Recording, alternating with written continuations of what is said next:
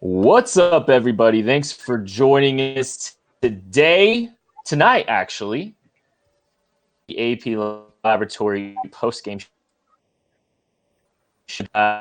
We got to see a decent sample size of offense and defense. So that was really nice to see. The Chiefs in 17 to the San Francisco 33ers.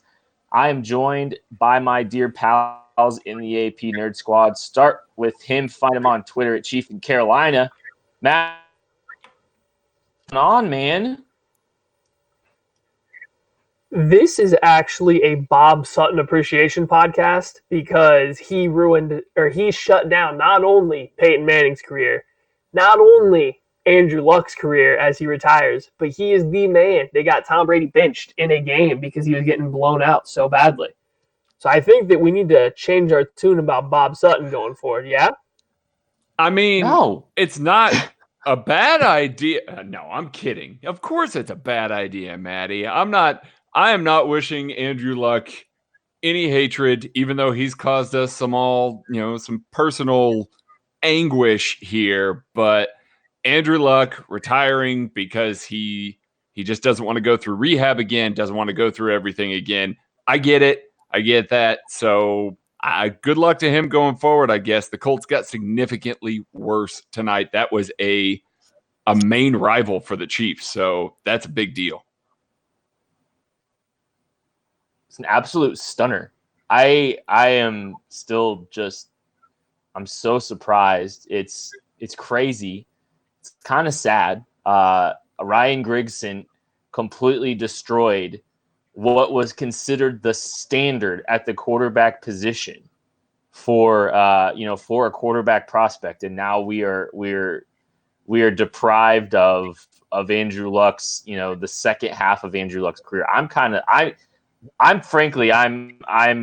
disappointed. I know, obviously it probably helps the Chiefs tonight, right? It probably helps the Chiefs moving forward. I like when good football players. Yeah. Good for Andrew Luck. $100 million going to go off and, probably work as an accountant for fun.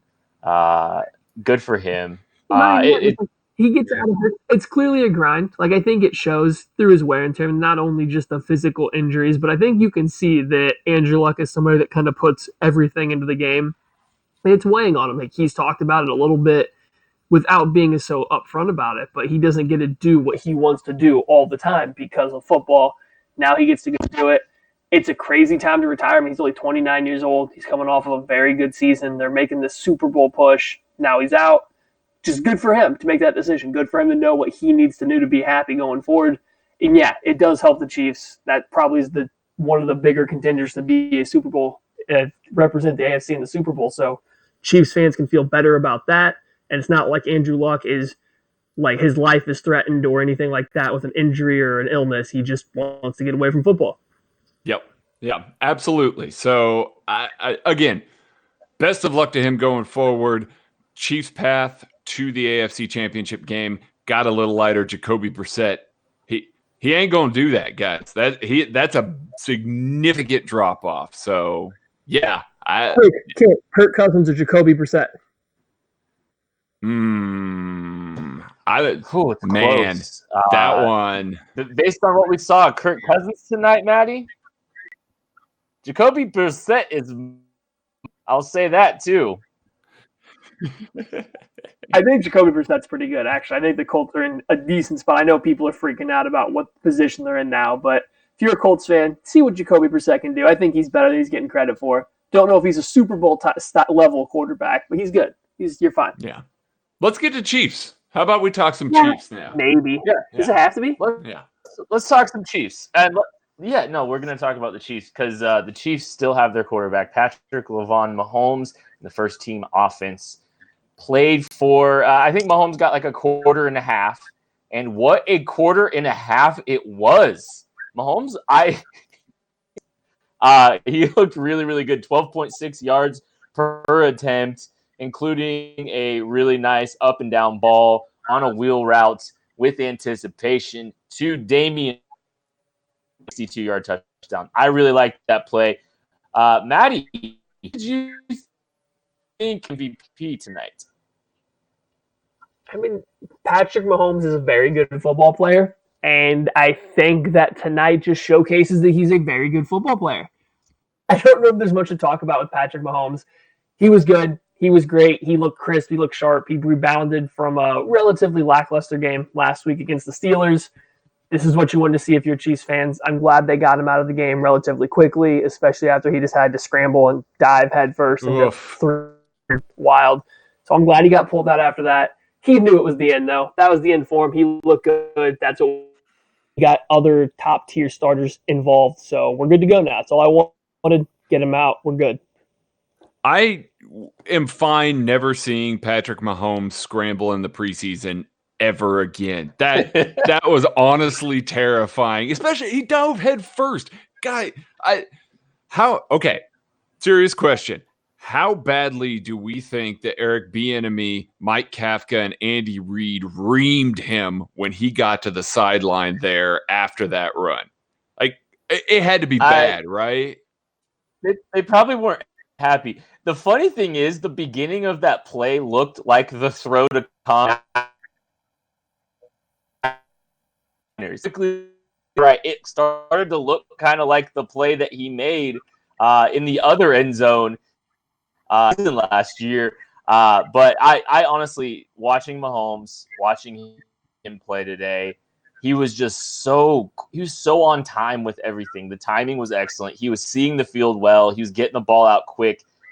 He was getting the ball out to those receivers out of their breaks. Like it was a really sharp performance. And in that beautiful touchdown to Damian Williams, Damian Williams looked good. I think we got a little bit more clarity on the running back position today too. Damian looked great. And surprisingly, Darrell Williams was RB2 to go in. Darwin Thompson was RB3. And Carlos Hyde didn't get in until the third quarter, Maddie. Yeah, and I don't think that the Darrell Williams playing before Darwin Thompson or Carlos Hyde said that much. I think it's a guy that you wanted to see play against ones and twos because he's been playing against third stringers and fourth stringers all preseason. Like, it's worth noting that he came in early, but I think you got to step back a little bit and realize this was his first time and last time to play against starting level defenders before they have to decide on the roster. So it only makes sense to get him out there once you pull Damian Williams out. That said, Carlos Hyde playing late into the game, that can't bode well for him. There's no reason. If Carlos Hyde didn't play at all, then I would just sit there and assume that he was still safe right in where he was. The fact that he's playing deep into the fourth quarter, that raises a few more questions because if he's on the team, why aren't you just going to use Darrell Williams for that same role? Either way, I still think you're getting four running backs. I do think that Carlos Hyde still provides pass protection, something that the other two running backs that he's competing with don't really have as locked down as he does. But besides that, I'm not sure what the Chiefs see in him because it doesn't seem like they have a big plan to use him. Oh, definitely not. Darwin looked explosive. He looked like the Darwin Thompson that we've all seen throughout this preseason. Damian Williams finally got some good run with the ones and looked fantastic. I know that people were trying to kind of promote Darwin Thompson to RB1. Man, Damian Williams still has this thing on lock. Don't make no question about it. Damian Williams is the starter here. And Darrell Williams looked really good, actually. He was decisive with his cuts. He was pretty quick. He did well to run through some guys. He looked pretty good as well. So those three guys definitely look significantly better than Carlos Hyde, who was running against lesser competition. So I don't know. I know that we've been high on Hyde as a pass protector and as a guy who can contribute on this team in some ways, but it's starting to look like maybe that's not the case anymore.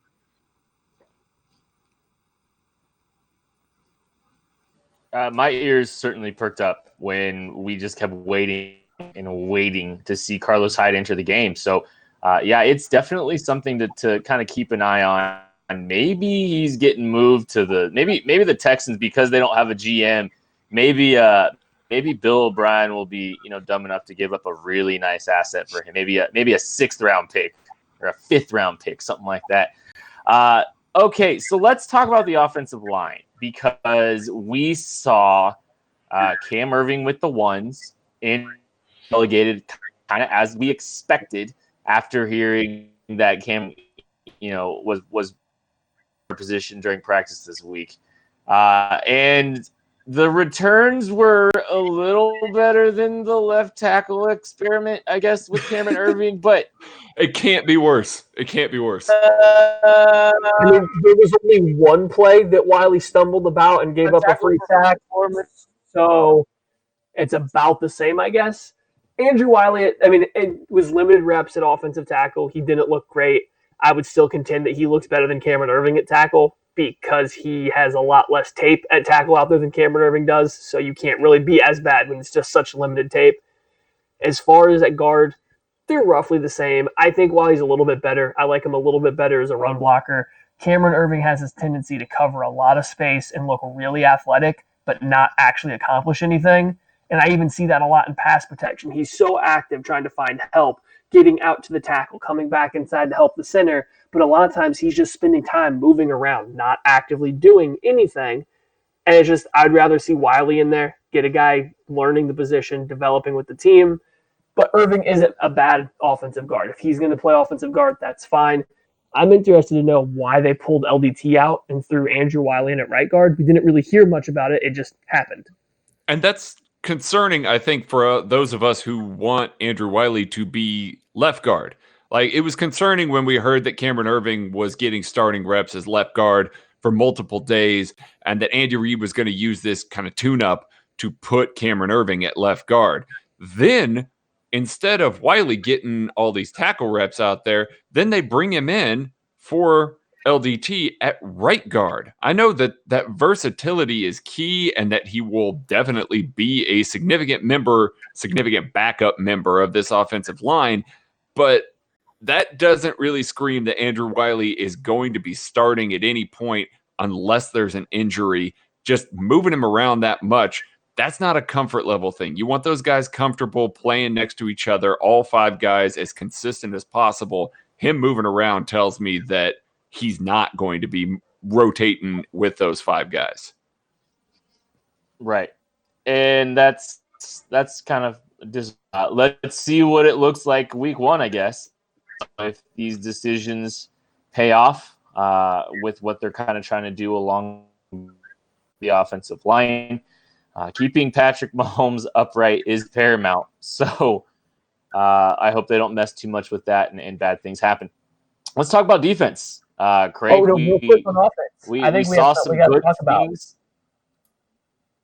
We have to talk about the quarterback position. No, we have to. Because Chase Litton ain't it. Chase Litton does not belong on an NFL roster. If he is the third quarterback and that still just is going to end up being a practice squad player over Kyle Shermer, I might lose it because Chase Litton has looked really bad this preseason. He is late on every throw that he makes and inaccurate with it. It's weird to have third-string quarterback, fourth-string quarterback takes, but Chase Litton has been bad enough that this is making the podcast. Yeah, 100% agree with what Maddie's saying. He looks like cheeks. I'm not gonna disagree with you there, Maddie, but like there's bigger problems than who the practice squad quarterback is right now. How about let's just 97-yard drive for Kyle Shermer. Yeah, good for Kyle Shermer. Congrats, buddy. You're gonna make $1,000 on the practice squad on top of the 70 guaranteed that Andy gave you. But this is your quarterback 2 next year, Kent. This is why it matters. Henny's gone. Kyle Shermer is not your quarterback 2 next year. That's just not. Yes. No. No. This is no. He's not good. Chase Litton's not good. Kyle Shermer's not good either. Okay. Kyle Shermer's significantly better than Chase Litton. He is significantly better. Yes, he is. Yes, I'm not denying that. But that's like, you know what? Never mind. I'm not even going to give you an analogy. It's not worth it. Let's talk about something negative on the defense. We're going to start with Charvarius Ward now because Maddie put me in a bad mood. Charvarius Ward is going to probably start week 1 in Jacksonville. And if it's any indication of what we've seen during the preseason, I'm terrified of what we are getting out of Charvarius Ward so far. He has regressed. He might. Was this his worst game of the day of the preseason? He definitely looked. He looked the most uncomfortable. I think it's hard to classify which is going to be his worst or not because I think he's had some rough moments. There wasn't the real good to balance this one out, so I think that kind of plays a part. But he just looks the most out of place out of all the Chiefs defenders, especially the guys running with the first or second team. His transitions, especially when in off coverage, are just so slow, and he looks like he's having to try really hard to think about how he's supposed to come out of a transition, what steps he's supposed to take, what he's supposed to do. I think he's a free 5-7 yards anytime a team wants to just throw a hitch route at him, if not deeper, because he's just so slow to transition and flip his hips back around and accelerate to the ball. And then you have a coverage bust like he does. I do believe it was him that was supposed to have Breida on the wheel route. It looks like it's zone. It looks like they should be switching as Ragland tries to pass him off, and Ward just doesn't pick him up at all. Mental lapses will happen, but when you're already struggling to look good in the system or just comfortable, you can't have mental breakdowns too. The problem is the Chiefs don't have anyone to replace him with. They don't have anyone to take over his job. Yeah, that's definitely the case. I wrote a little something about Charvarius and Herb Miller from last week. It was more of the same this week. Their faults are very evident. They're not cleaning up. They're not getting better. Charvarius Ward on an out route just can't hang with a receiver if he sells a vertical stem at all. Like he can't transition. He's very clearly in his head. He just can't get out there like that. And he's long enough and fast enough in a straight line to cover vertically, which Herb Miller is not. And we saw Herb Miller get beat to the pylon by a backup running back this week because he just doesn't have the straight line speed to be able to keep up on an NFL field. I wish I could put their good attributes into one player because it would be a functional cornerback, but it's not right now. And so, yeah, the problem is, as we can get to coming up here, if you want to talk about him, Morris Claiborne also didn't look awesome tonight, Kent. Yeah, but I'm giving him a pass. I bet we see him next week. He's probably getting ready. But I do want to say this. Rashad Breeland got hurt tonight. I was saying because Rashad Breeland is the best cornerback on a bad cornerback group, and he almost got I was concerned that they are so paper thin at the cornerback position, and they're playing. I don't see any way that Brett Veach doesn't make the next 15 days. We might hear something tomorrow because I don't think there's any chance the Chiefs can go in with Charvarius Ward or Herb Miller. This coming from a lifelong herbivore fan club member. There's no way. For 2 weeks now. Guys, it's been an herbivore for 2 weeks. Field. Well, if you want a bright spot, a lifetime. It's felt like a lifetime. There's a bright spot there. Kendall Fuller has been solid this preseason. He looked good today. He looked real good today. Yeah, he's been good. I don't think that he's pushing cornerback one status for he could be for this team, but he is not going to be a cornerback one type player in the NFL, at least this year for the Chiefs. That's just not what he's going to be. But he's going to be very solid. He's going to be a good player. And Rashad Breeland has looked really good this preseason. Yeah, he's had some low moments where he got bites on a double move or something like that. But you get that with Rashad Breeland. He's a guy that's going to bite on double moves because he's going to play pretty aggressive, trust his speed to make up for it, and sometimes it doesn't. It's going to happen. But other than that, he's made some plays. He's made some flashes. Rashad Breeland has very clearly looked like a guy that belongs on an NFL team that's going to make a little bit of a difference. The issue is when you have such a problem on the other side, how much does it help when your best two corners are still kind of a number 2 corner level player? Mm-hmm. Yeah, that's definitely the case. Absolutely.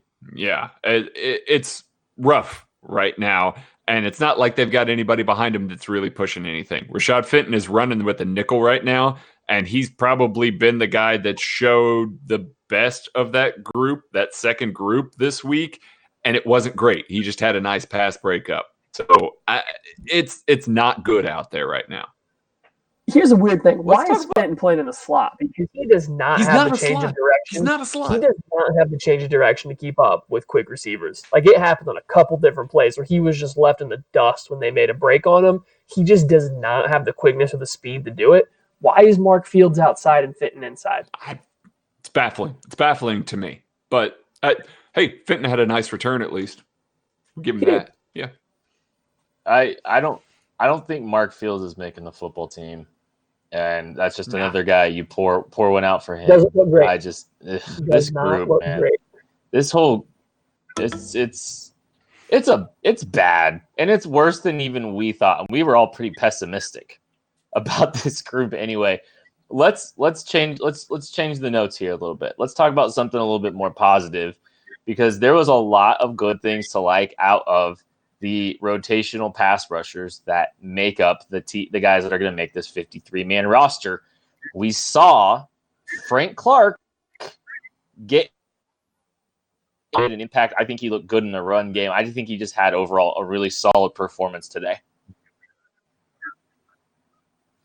Yeah, Frank Clark's kind of put together back-to-back 2 very good games here. In this game, I think he got to showcase a little bit more. You saw him make some plays against the run. You're not going to be able to run at Frank Clark. If you're going to try to run a slow play away from him, you better get a hat in front of him, because he will go between the guard and the tackle, and he's going to make a play from the backside. Like, you have to account for him at all times on every single play. And then just his general rush plan.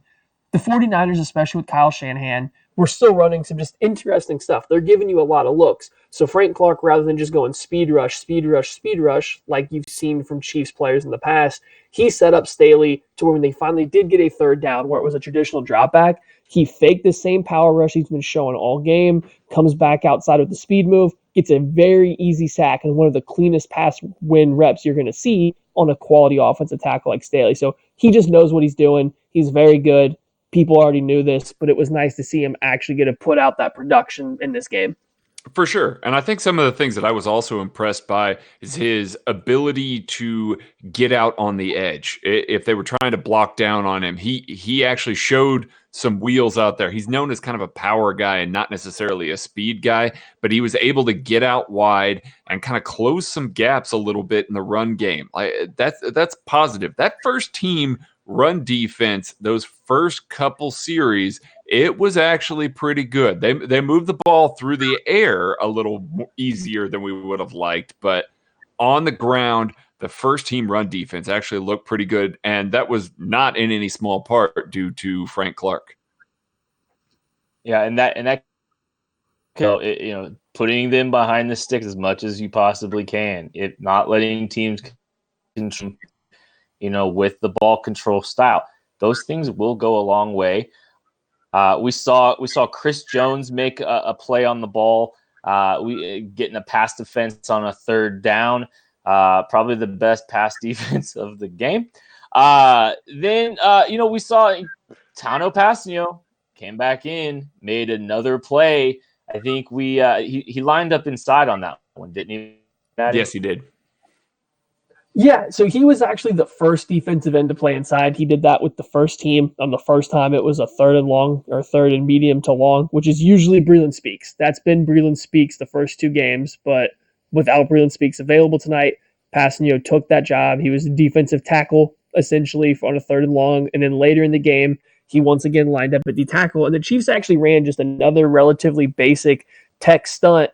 Just the tackle got super wide for some reason, and Passanio just blew right by the guard that was 100% expecting a little bit of help at some point in time and just never got it.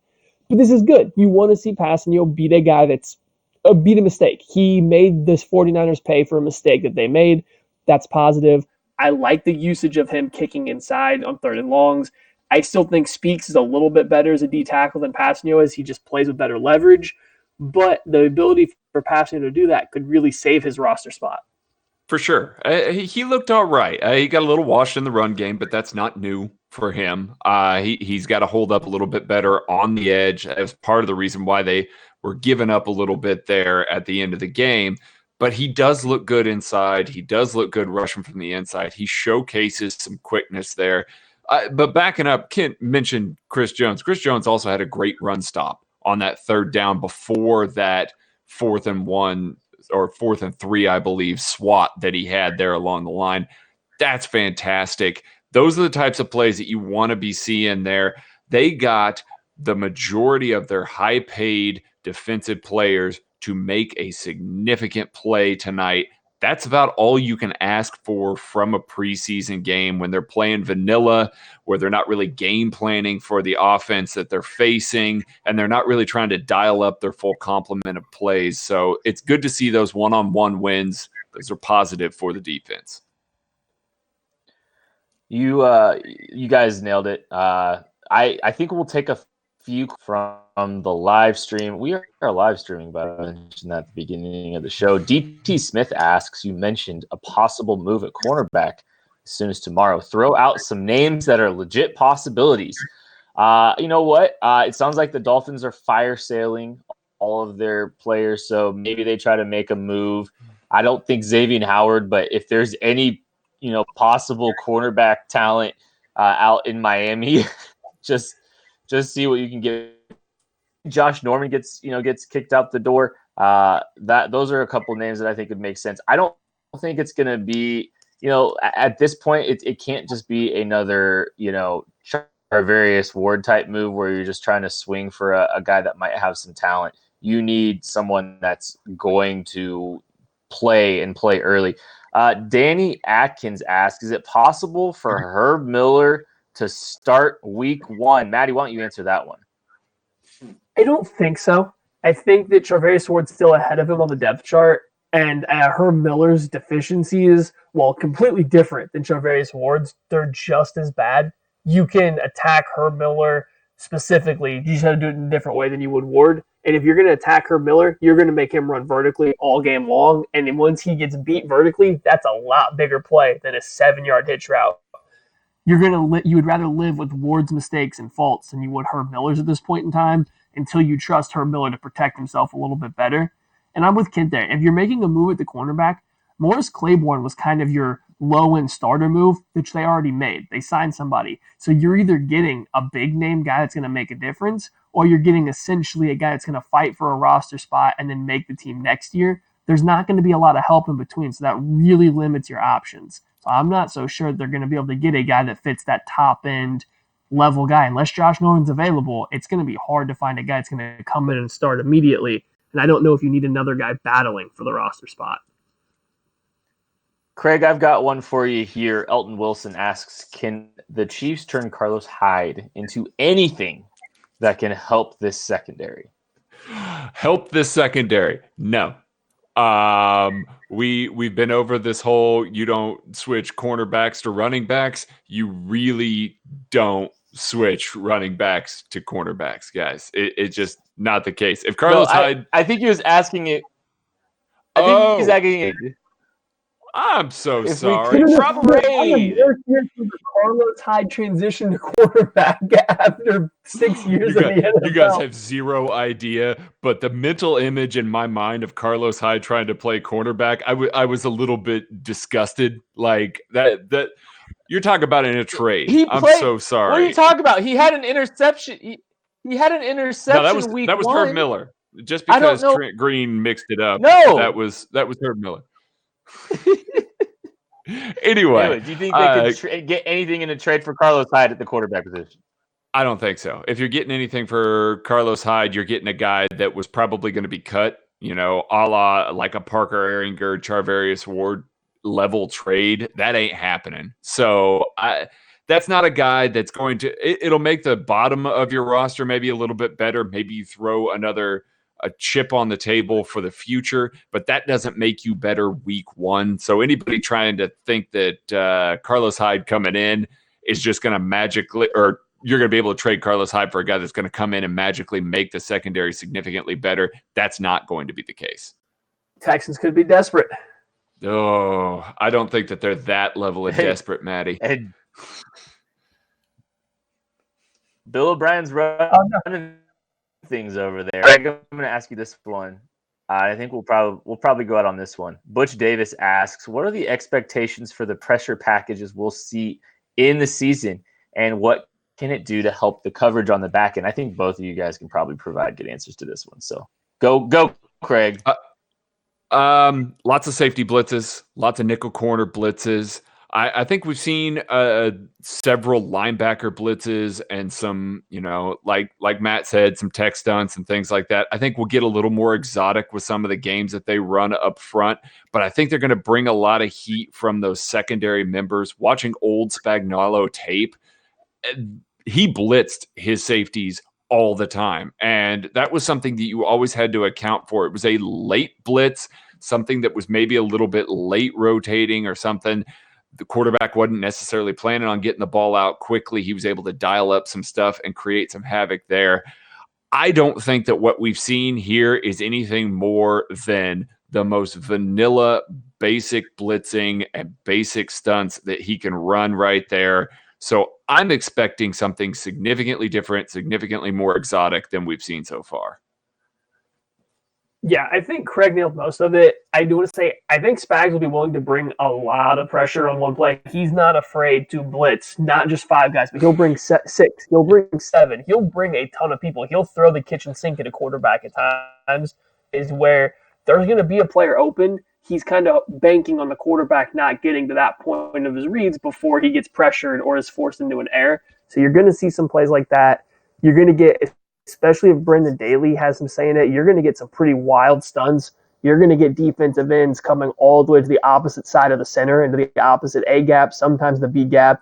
You'll get some delayed blitzes. I think that's something you'll see a lot of out of the Chiefs as the year goes on, is getting Hitchens or Damian Wilson or even Reggie Ragland, who had a fantastic game to start as the Sam linebacker, will be blitzing a little bit delayed, just trying to get them a free run up to the middle of the defensive and offensive line. That's something the Chiefs got hit with a ton last year against the Patriots, and it had a great effect. I imagine Daly's going to bring that over with him from New England. That's going to do it for tonight's episode. Thank you guys for hanging out with us in the live stream. Thank you for recap of the dress rehearsal game against the San Francisco Third. We will be back for the AP Laboratory mailbag on Monday. We'll catch you later. I need everybody to tweet at Kent Swanson on Twitter about Kyle Shermer being the quarterback 2 for the Chiefs in the 2020 season. Please and thank you. Thank you all for joining us on the live stream this week. We got some new software. It works a little better. It was functional. I know that we had a little bit of stuttering and stuff like that, but it's better. We really appreciate you guys joining us. Hope you all have a good night.